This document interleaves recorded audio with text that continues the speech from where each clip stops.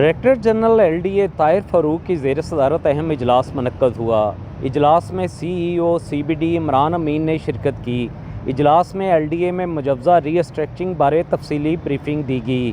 वज़ीर आला पंजाब मरियम नवाज शरीफ की हदायत के मुताबिक सूबाई दारुल-हुकूमत में सरमायाकारी के फ़रोग़ के लिए दोनों अदारे मिलकर काम करेंगे। इजलास में फ़ैसला किया गया कि CBD LDA में कॉरपोरेट सेक्टर की तर्ज पर रिफॉर्म्स करने में मावनत फराहम करेगा। DG LDA ताहिर फ़ारूक ने कहा कि LDA के अफसरान व अमले को मार्केट के नए ट्रेंड बारे कोर्सेज़ व ट्रेनिंग करवाई जाएगी। सरमायाकारों की सहूलत के लिए LDA एक्ट में ज़रूरी तरमीम भी तजवीज़ कर रहे हैं। DG LDA ताहिर फ़ारूक ने कहा कि मार्केट के बदलते हुए रुझानात के मुताबिक सरमायाकारों को सहूलत देना होगी।